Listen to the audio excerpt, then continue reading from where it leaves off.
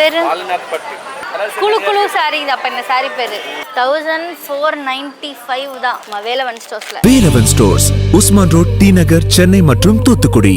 தமிழராட்சி பார்த்துட்டு இருக்க எல்லாருக்குமே வணக்கம். நாம் தமிழர் கட்சியிலிருந்து விலகின நிறைய பேர் தாவிகா திமுக அப்படின்னு போய் சேர்ந்துட்டு வந்துட்டு இருக்காங்க. இப்போ சமீபத்தில் முத்துப்பாண்டி அவர்களும் மு களஞ்சியம் அவர்களும் விலகினாங்க அப்படின்றது ஒன்று இருக்கு. முத்துப்பாண்டி அவர்களும் சரி, மு களஞ்சியம் அவர்களும் சரி, விலகினதுக்கு அப்புறம் முதல் போஸ்ட் என்ன போட்டிருந்தாங்க அப்படின்னு பார்த்தீங்கன்னா லயலாமணி அவர்களுக்கு வாழ்த்து தான் தெரிவிச்சிருந்தாரு அப்படின்றது தெரிஞ்சது. எனவே அப்பவே ஒரு சந்தேகம் வந்துச்சு, இவங்க கண்டிப்பா தாவேக்கல் இணைய போறாங்க அப்படின்ற மாதிரியான விஷயங்கள் வந்துச்சு. எனவே இப்போ முத்துப்பாண்டி அவர்களும் களஞ்சியம் அவர்களும் லயலாமணியை நேரில் சந்திச்சு இப்ப தாவேக்கால இணைஞ்சிருக்காங்களா அப்படின்ற ஒரு செய்தி வெளியே வந்திருக்கு. இவங்க இணைஞ்சிருக்காங்களா இல்லையான்னு தெரியல, பட் ஆனா லயலாமணி அவர்கள் கூட இருக்காங்க அப்படின்றது ரொம்ப கிளியரா தெரியுது.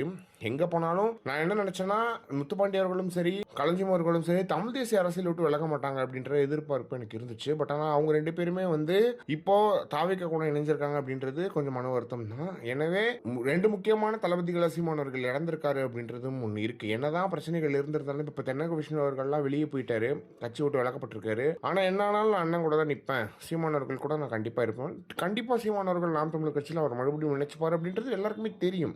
எனவே இதெல்லாம் இருக்கும்போது களஞ்சியம் அவர்களும் சரி, முத்துப்பாண்டி அவர்களும் சரி விலகினது தாவேக்கால நினைச்சது எல்லா தம்பிகளிடையே மன வருத்தத்தை ஏற்படுத்தியிருக்கு அப்படின்னே சொல்லலாம். ஆனா எங்க போனாலும் அவங்க அரசியல் சிறக்கட்டும், அவங்க பேசக்கூடிய தமிழ் தேசிய அரசியல் எந்த இடத்துல இருந்து பேசினா என்ன அப்படின்ற ஒரு விஷயம் தம்பிகளிடையே வந்திருக்கு. எனவே மொத்தத்துல தம்பிகள் ஆசைப்பட்டது என்ன அப்படின்னு பாத்தீங்கன்னா, எங்க இருந்தாலும் நல்லா இருக்கட்டும் அப்படின்றதுதான் அவங்களோட வாழ்த்துக்களாக இருக்குது. இதுதான் சீமானர்களோட வளர்ப்பு அப்படின்றதுல எந்த ஒரு மாற்றமே கிடையாது. இதை பற்றி நீங்கள் என்ன நினைக்கிறீங்க அப்படின்றத மறக்காம கமெண்ட் பாக்ஸ் சொல்லுங்கள்.